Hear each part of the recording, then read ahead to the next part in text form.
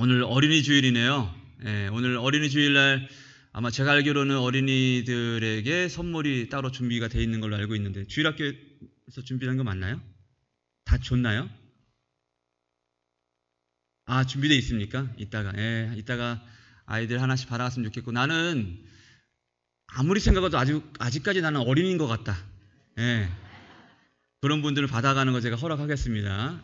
예, 우리 김수진 사모님 손 드셨는데, 네, 하나 드리겠습니다. 네, 네, 고맙습니다.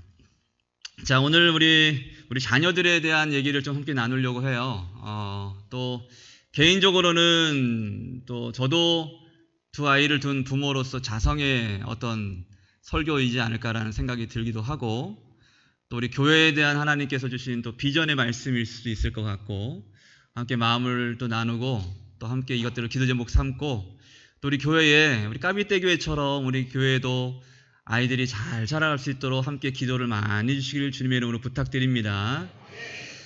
자, 우리 자녀들의 교육은 보통 백년지 대계라고 얘기를 하잖아요. 백년지 대계란 말 그대로 이 100년 앞을 내다보며 계획을 하는 것처럼 교육을 그렇게 준비해야 된다. 이 100년 앞을 내다보는 큰 계획이 바로 교육이다라고 얘기를 해요.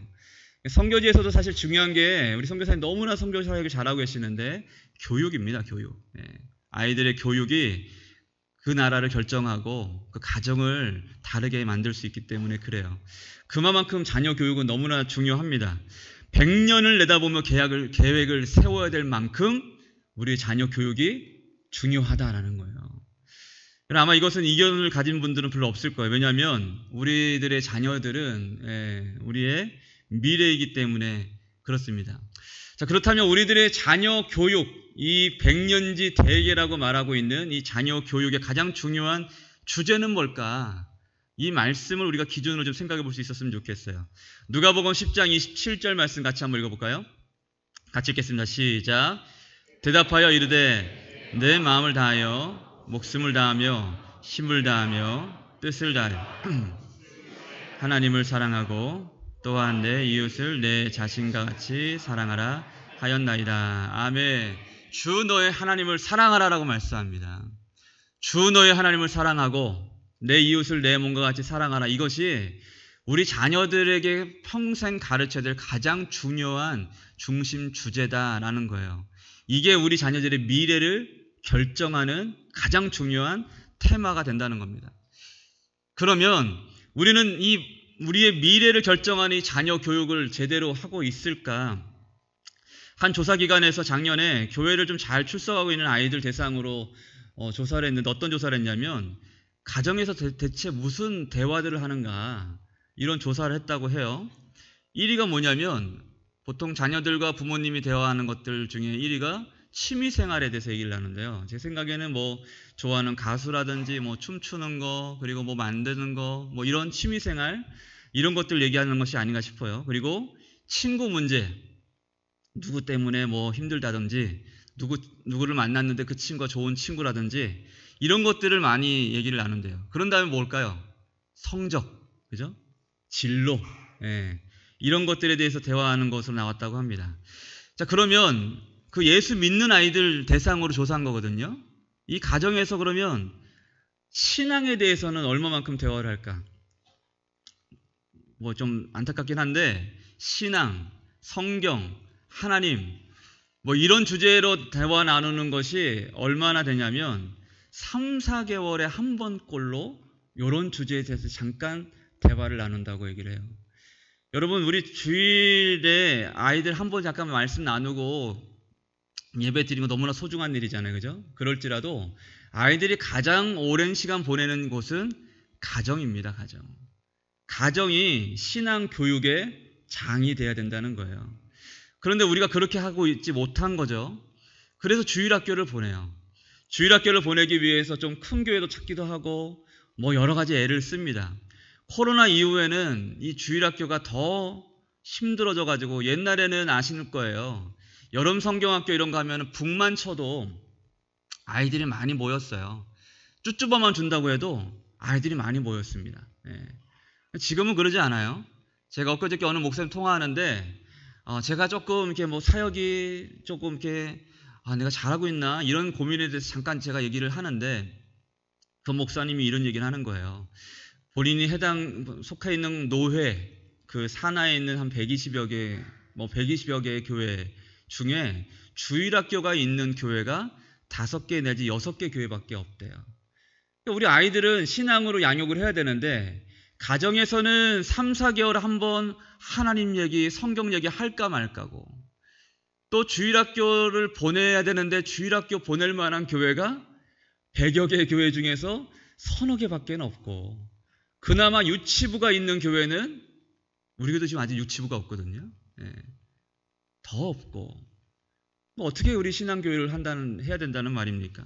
가장 중요한 게 이 교육이 100년지 대계라고 얘기하고 신앙교육이 너무나 중요한 건 우리는 너무나 잘 알고 있는데, 그러다 보니까 이 믿음의 유산이 어른 때부터 자녀 세대로, 또 자녀 세대에서 또 자녀 세대로 이게 이어지지를 못하고 있는 거예요.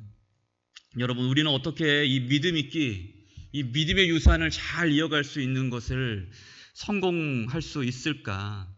어떻게 하면 믿음의 유산을 계속 이어갈 수 있을까? 저는 이것을 오늘 좀 말씀을 통해서 좀 나누려고 합니다.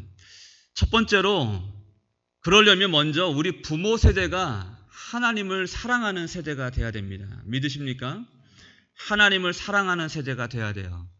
자, 오늘 말씀은 이스라엘이 영적으로 가장 아주 어두웠던 그 시기에 자란 두 부류의 자녀의 이야기들을 소개하고 있어요.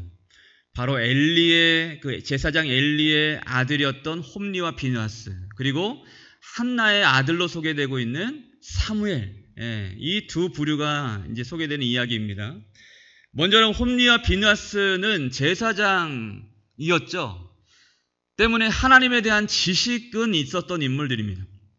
쉽게 말하면 모태신앙으로 자랐어요. 모태신앙으로 자랐고 기독교 집안에서만 줄곧 자란 그런 인물들이었던 거예요. 그런데 이 홈리와 비느하스에 대해서 성경은 뭐라고 얘기를 하냐면, 오늘 말씀 12절 말씀 보면 뭐라고 말씀합니까? 엘리의 아들들은 행실이 나빠 뭐라고요? 여호와를 알지 못하더라. 참 희한하죠? 그의 아버지 엘리는 당시 이스라엘의 영적인 어떤 그런 책임을 지고 있었던 영적 어른이고 영적 리더였어요.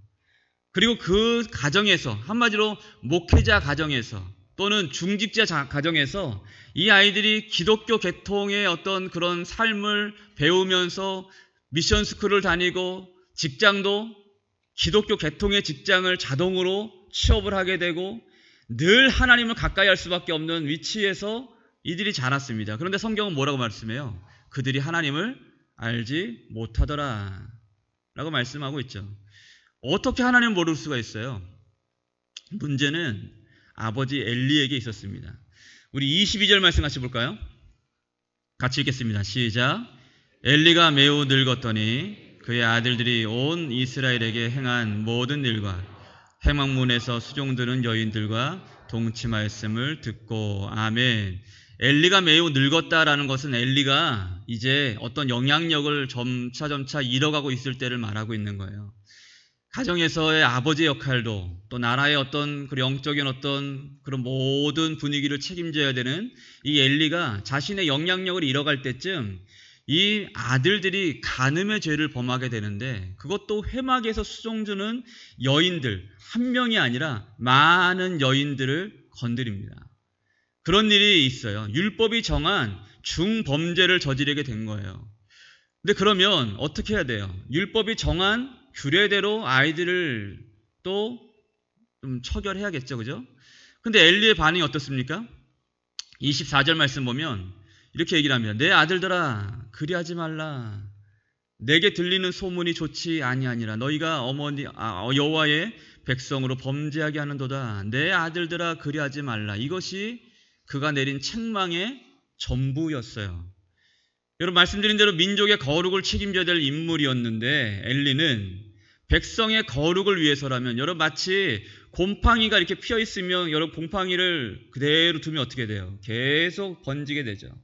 사과들이 이렇게 사과 박스가 있는 썩은 사과가 하나 있으면 그 썩은 사과 하나 때문에 다른 사과들이 다 영향을 받게 되잖아요. 그런 것처럼 죄는 파급력이 있단 말이에요. 그러므로 율법에 의한 하나님 말씀을 따라서 그들을 징벌해야만 마땅했어요. 그런데 엘리는 응당 대가를 치러야 했는데 공의와 정의의 말씀으로. 근데 그러지 않습니다. 그냥 슬쩍 지나가요. 내 아들들아 그리하지 말라. 왜 그랬을까요? 이유는 단 하나예요. 엘리 그에게 이 자식들이 우상이었던 겁니다. 그러니까 하나님보다 자녀들을 더 사랑한 제사장들이었던 거예요. 여러분 우리는 스스로에게 물어봐야 돼요. 과연 나는, 부모인 나는, 우리는 그 무엇보다 하나님을 더 사랑하는가? 제가 말씀드렸어요. 저 자신에게도 자성의 설교라고 말씀드렸어요. 이 설교가 그렇게 어렵더라고요. 나는 과연 그 무엇보다 하나님을 더 사랑하는가? 이게 내 자녀들을 양육하는 절대 기준이 되고 있는가라는 겁니다. 가령 이 시대는 신앙과 돈 또는 성공을 같이 연결해서 생각하는 세상이 되어버렸어요. 그러니까 말은 하나님 먼저라고 말을 합니다.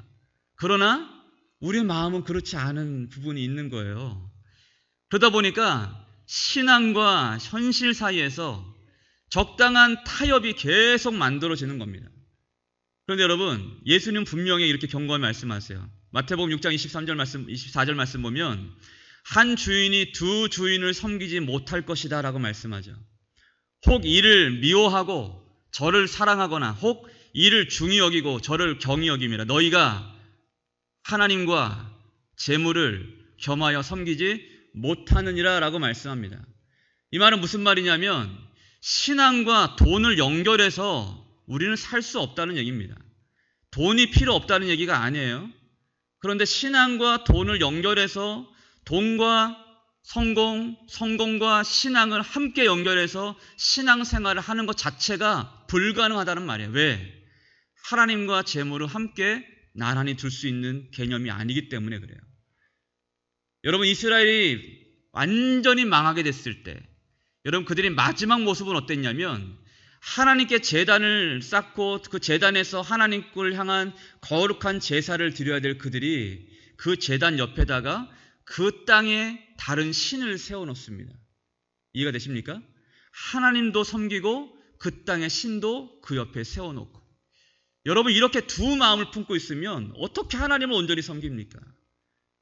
부모가 하나님만을 전적으로 의지하고 하나님만 먼저 생각하고 하나님만 사랑하는 믿음이 없이 어떻게 아이들이 자동적으로 믿음 생활을 잘 할 거라고 여러분 생각하십니까? 이거는 불가능한 일입니다. 사실 그래요. 여러분 우리 자녀들에게 하나님이 먼저라고 믿음이 먼저라고 말할 수 있으려면 내가 먼저 그렇게 믿고 결단할 수 있어야 되는 거예요. 맞습니까? 아멘입니까? 예. 우리 모두에게 오직 예수의 믿음이 뜨겁게 고백될 수 있어야 우리 자녀들에게 등대가 되어줄 수 있는 부모 역할을 할 수 있다라는 겁니다. 전교 1등을 하면 너무나 기쁘죠. 평균이 막 올라가면 너무나 좋죠. 친구들 잘 사귀고 운동도 잘하고 어려서 또 꿈과 비전을 가지고서 막 취업도 잘하면 너무나 좋죠. 그런데 그 안에 예수가 없다면, 하나님이 없다면 여러분 세상의 그 무엇도 우리의 영혼과 우리 자녀들의 영혼과 바꿀 수 있는 건 세상에 존재하지 않습니다. 여러분 그 영혼이 세상에서 가장 중요한 거예요. 그런데 그 영혼이 살 수 있는 유일한 길은 뭐예요? 하나님이 그 안에 계시도록 하는 겁니다. 할렐루야.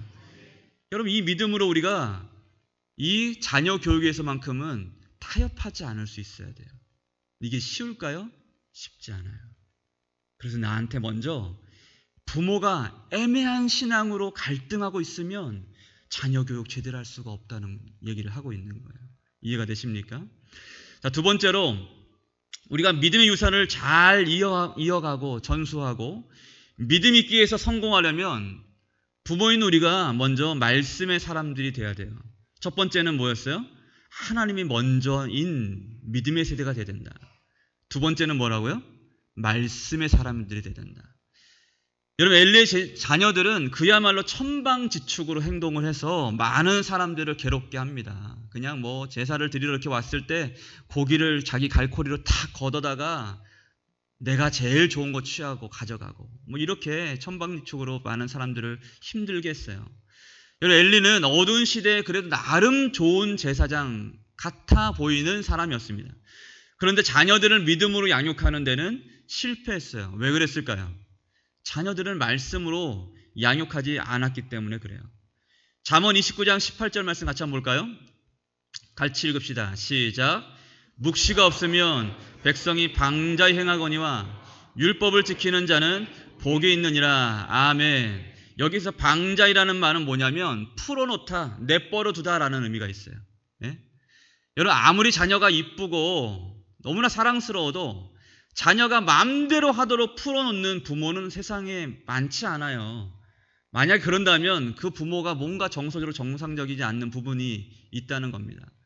자녀가 막 그 식당에 가가지고 식당 막 프론트 위에 올라가지고 막 벙벙 뛰면서 막 점원들에게 막 뭐 던지고, 얼마 전에 제가 영상 보니까 미국에 있는 어느 맥도날드에서 한 아이가 막 프론트 위에 올라가서 점원들에게 막 물건을 집어 던지고 막 벙벙 뛰고 막 그러는데 결국은 경찰이 출동을 했어요. 막 아이가 막 그런단 말이에요. 그러면 여러분, 그거를 가만히 둘 부모가 어디 있습니까? 어떻게든지 간에 아이가 차분해지게 만들고, 그죠? 천방지축의 어떤 그런 것들을 훈계하겠죠. 여러분, 묵시가 없으면 백성이 방자히 행한다. 하나님의 말씀의 기준이 없으면 백성이 그냥 풀어놓아 그냥 마음대로 내버려 두듯이 그렇게 방치될 수 없다라는 겁니다. 여러분, 우리 자녀들은 주일학교 한번 보내가지고 주일날 한번 예배 드리는 걸로 신앙교육 다 했다고 착각하시면 곤란합니다, 여러분. 아이들을 학원 보내면 학원 선생님이 책임져야죠. 그죠? 그럴지라도 인성, 그리고 태도, 정신, 세계관, 믿음, 신앙, 이 모든 것들의 이것들은 가정에서 형성되는 거예요. 가정에서. 가정이 제일 중요하단 말이에요. 그런데 우리가 말씀으로 아이들을 양육하지 않으면 아이들이 자기 스스로가 뭔가를 옳은 방향으로 결정할 수 있는 기준을 갖지 못하고 살게 되는 거예요. 내가 인생을 살면서 바른 기준을 갖고 있지 않은데 자꾸 가르치는 거는 학교에서 잘하라는 것만 가르치는 거예요. 너 이 정도 수준이면은 학교는, 고등학교는 이 정도 수준으로 갈 수밖에 없고 대학은 이 정도 수준에서 갈 수밖에 없으니까 너는 이 정도 수준에서 준비를 해. 이 정도밖에 너를 배울 수 있는 것이 없는 겁니다. 저는 청년 사역을 상당히 오래 했어요. 꽤 오래 했습니다. 청년 사역 정말 힘들거든요. 10년 정도를 하는데 정신적으로, 정서적으로 문제 있는 친구를 정말 많이 만났어요. 근데 그 친구들 대부분이 거의 100%가 어떤 상태냐면 자기 스스로가 뭔가를 올바르게 결정할 수 있는 기준을 갖고 있지 않아요. 그러다 보면 너무나 의존적인 겁니다. 친구들에게 의존적이고, 예? 그러니까 저 신천지나 이런 데를 보면은 너무나 명확하게 얘기를 해주거든요. 예? 그러니까 그냥 거기에 끌려가는 거예요. 여러분이 신앙교육은 우리가 다른 것들 타협할 수 있는 어떤 그런 부류의 것들이 아닙니다. 여러분, 잠언 29장 15절 말씀 보면 이렇게 말씀해요. 채찍과 꾸지람이 지혜를 주거늘 임의로 행하게 버려둔 자식은 어미를 욕되게 하느니라라고 말씀합니다. 성경에는 뭐라고 말씀합니까? 채찍과 꾸지람이 지혜를 준다라고 얘기해요. 때에 맞는 체벌이 자녀에게 지혜를 준다라고 말합니다. 그런데 여기서 말하는 이 말씀의 관점은 체벌에 있지 않아요. 아, 때에 따라 잘 때려야 되겠구나. 이걸 얘기하는 게 아닙니다. 중요한 것은 체벌의 기준이에요, 기준. 예. 그 기준이 뭘까요? 토라. 하나님의 약속의 말씀입니다. 약속의 말씀. 말씀으로 양육하는 것이 우리 자녀들을 가장 복되게 양육하는 유일한 길이라는 거예요. 믿으십니까, 여러분? 예. 자녀가 없는 분들은 이런 설교 들으면 나는 자녀가 없는데 자꾸 왜 자녀 얘기만 하실까 이럴 수 있는데 천만의 말씀 다 똑같이 해당되는 얘기입니다. 예. 저는 자녀가 이미 다 커가지고 장성해서 또 손주를 보고 있어요. 다 똑같은 얘기예요. 우리가 함께 기도의 제목을 삼아야 돼요. 여러분, 질문해 볼게요. 여러분들 가운데 부모님들 중에서 부모가 되기 위해서 대학에 다녀보신 분 한번 손 들어보세요. 나는 부모가 되기 위해서 부모에 대한 과목을 이수한 적이 있다. 초등학교 6년 다녔잖아요. 그죠? 중고등학교 6년. 합의 12년, 대학교 가신 분들은 합의 16년, 혹시 대학원까지 다니신 분은 합의 19년, 20년 가까이를 진로와 직장과 돈벌이 위해서 살았는데 정작 결혼해서 가정은 어떻게 꾸리고 자녀들은 어떻게 양육하라는 것을 그 19년 동안 다 한 번도 배워본 적이 없어요. 좋은 부모가 되는 것을 한 번도 배워보지 않고 우리는 가정을 이루고 부모가 돼버린 거예요. 이해가 되십니까? 그러다 보니까 자녀들을 어떻게 그냥 잘 키워야 될지 잘 모르는 거예요. 지금의 젊은 세대들도 마찬가지죠. 부모가 처음 돼봤으니까 잘 모르는 겁니다. 그러니까 무턱대고 사람들이 다 하는 것만 다 따라가는 겁니다. 뭐 영어든 음악이든 체육이든 미술이든 문화교실이든 닥치는 대로 위탁하는 거예요. 남들 하는 만큼은 해줘야 내 아이도 꿀리지 않고 뒤처지지 않을 수 있으니까. 여기다 막연한 불안 심리가 있는 겁니다. 여러분, 유대인들은 안 그랬어요. 성경의 가치가 가장 중요하게 여기는 그 유대인들은 철저하게 하나님 말씀으로 자녀들을 양육한다는 거 여러분 잘 들어 아실 거예요. 지난 수천 년 동안 유대인들은 사교육 한 번 하지 않았어도 지금까지 120여 년 동안 노벨상 수상자 965명 중에 214명이 유대인 부모를 둔 자녀들이 다 노벨상을 수상했습니다. 사교육 배우지 않았어요. 학원 보내지 않았어요. 다른 거 선행교육 하지 않았습니다. 그냥 가정에서 성경 말씀대로 13세까지는 어머니 품에서 말씀을 배우게 하고 13세 이후부터는 아버지의 품에서 신앙의 교육과 하나님에 대해서 공부하게 만들고 그렇게 아이들을 자라게 했어요. 학교 갔다 오면은 오늘 몇 점 맞았니라고 묻지 않고 유대인들은 오늘 무슨 질문했어라고 묻는다고 하더라고요. 교육 방식 자체가 달라요. 남들 다 하니까 따라가는 이 나라가 지금 여러분 행복한 나라가 됐습니까? 비행기 타고 1년에 한 번 정도 해외여행 다니게 된 이 나라가 정말 행복하고 부유하고 정말 기쁨이 충만하고 만족이 넘치는 나라가 됐습니까? 우리 아이들 행복합니까? 여러분 물어보면 우리 답을 못해요. 근데 우리 생각은 단순하게 생각만 해. 배워야지. 배워서 남 주냐? 네가 다 가져가는 거지.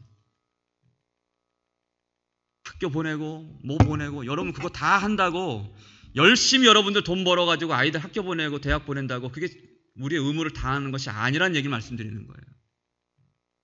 뭘 가르쳐야 된다고요? 하나님 말씀을 가르쳐야죠.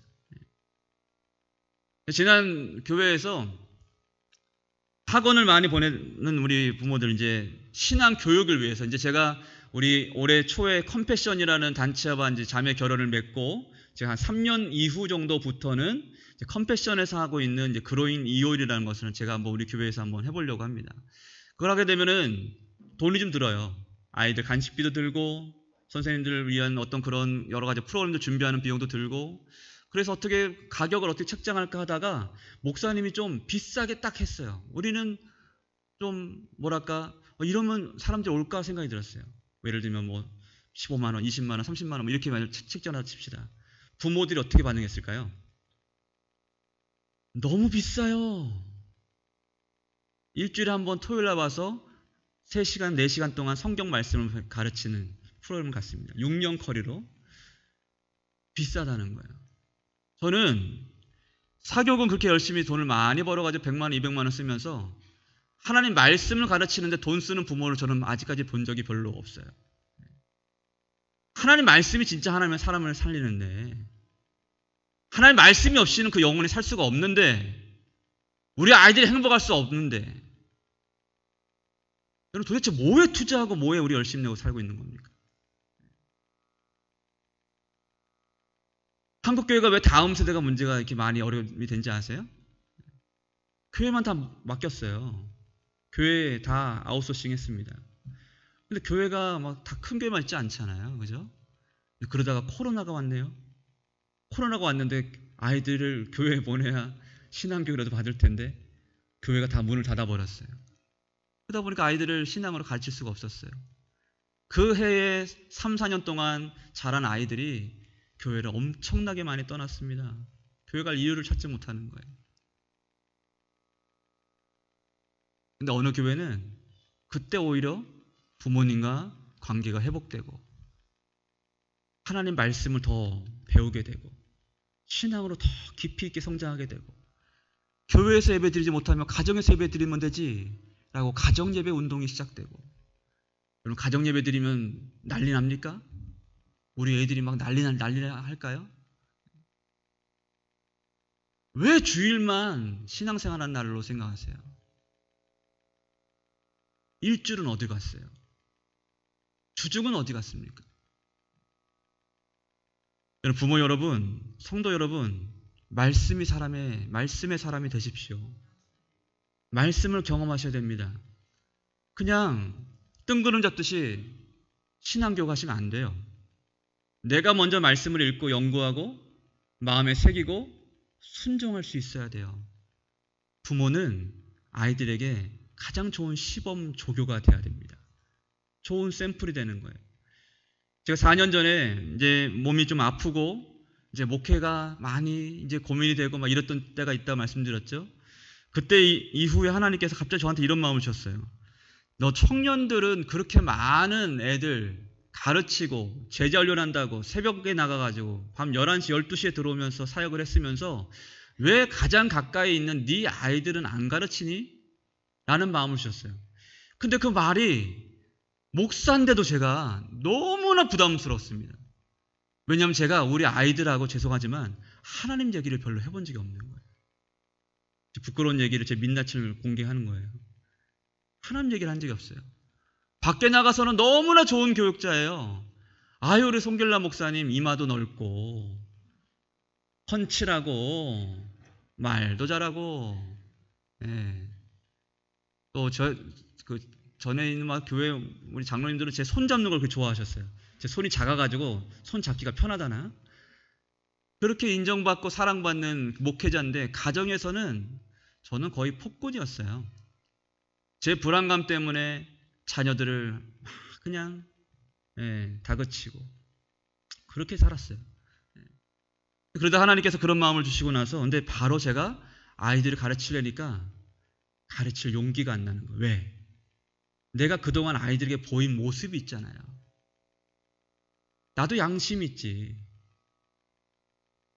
어떻게 그렇게 해요? 그때부터 제가 1년짜리 프로젝트를 준비합니다. 1년 동안 아이들과 조금씩 관계 형성을 위해서 애를 쓰기 시작했어요. 내가 말씀을 한 구절을 아이들에게 얘기하려면 내가 100구절은 내가 마음 가운데 내가 먼저 새겨야지. 매일마다 기도했어요. 새벽마다 성경을 읽었어요. 그리고 아이들과 좋은 관계를 맺기 위해서 최선을 다했어요. 1년이 지나고 2년이 지나서 결국 용기를 내서 제가 주일마다 그 바쁜 주일에 아이들과 시간을 내서 가정 제자반이라는 걸 한번 해봤습니다. 이거는 여러분 목회자라서 할 수 있는 게 아니에요. 마음이 있으면 할 수 있는 겁니다. 교재가 뭐 하나 골랐어요. 교재가 중요한 게 아니죠. 그냥 그거 가지고 아이들하고 그냥 말씀 나누는 거예요. 답은 주지 않아요. 제가 그 시간을 잔소리하는 시간을 삼지 않습니다. 질문하는 거예요. 질문하고 듣는 거예요. 야 너는 이렇게 생각하는구나. 그 얘기를 했어요. 한 해를 그렇게 했습니다. 정말 제가 그거를 준비하는데 청년들 제자훈련 제가 지금까지 청년들 가르친 사람들만 거의 한 몇백 명이 넘습니다. 그 청년들 제자훈련하는 것보다 제가 100배는 더 노력을 하고 더 기도를 많이 했어요. 우리 아이들 가르치기 위해서. 그러고 나서 아이들에게 물어봤어요. 어땠어? 그랬더니 재밌었다는 거예요. 그 다음에 또 하면 하겠어? 그랬더니 또 하겠다는 거예요. 저는 너무나 그게 저한테 감격이었어요. 감격이에요. 처음으로 아이들과 말씀을 나누는 것이 저한테는 감격이었어요.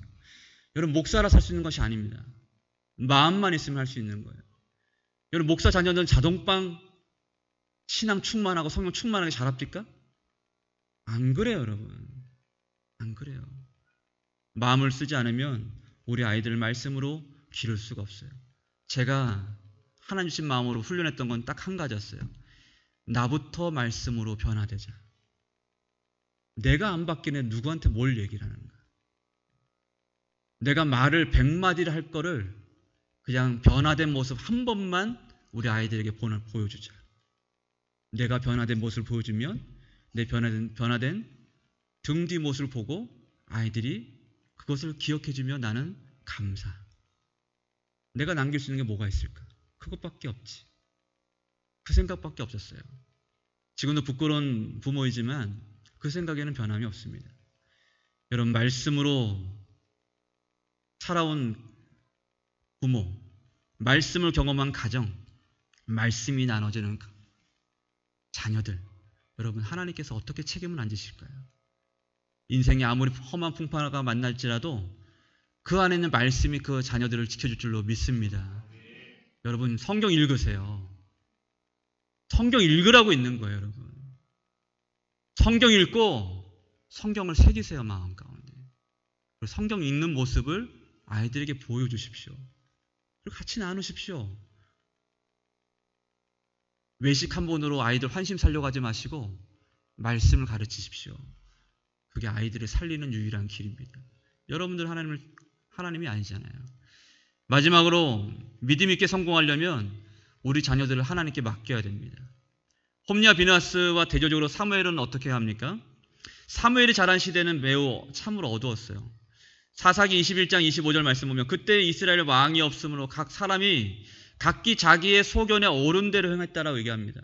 그야말로 내가 옳은 대로 행하는 것이 진리다 라고 생각하는 시대가 바로 그 시대였어요. 지금하고 다를 게 없어요. 내가 이렇게 살겠다는데, 내가 이게 내가 원하는 내 행복이라는데 당신이 뭔데 나한테 참견해? 지금은 그런 상대주의적인 가치관이 팽배한 시대를 살고 있거든요. 이 시대가 바로 그랬어요. 아이들에게 지나가다가 담배 피는 아이들에게 담배 피면 안 돼? 라고 말할 수가 없어요. 왜? 내가 피겠다는데 당신이 뭔데 나한테 뭐라 그래? 지금 그런 시대가 돼버렸거든요.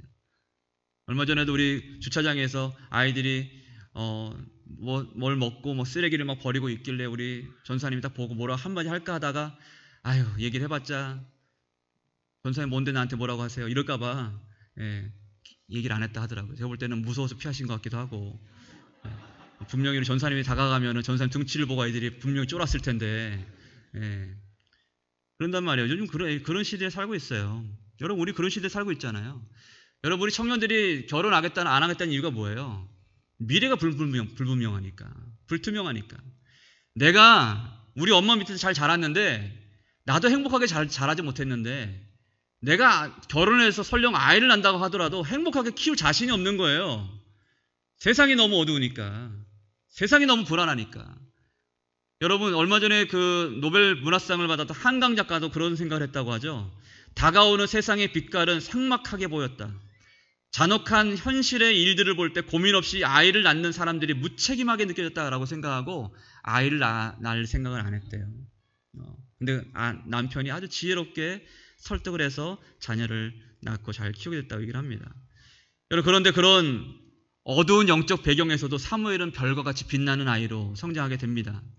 어둠을 밝히는 빛과 같은 존재로 성장해요. 근데 어떻게 그렇게 성장할 수 있었을까?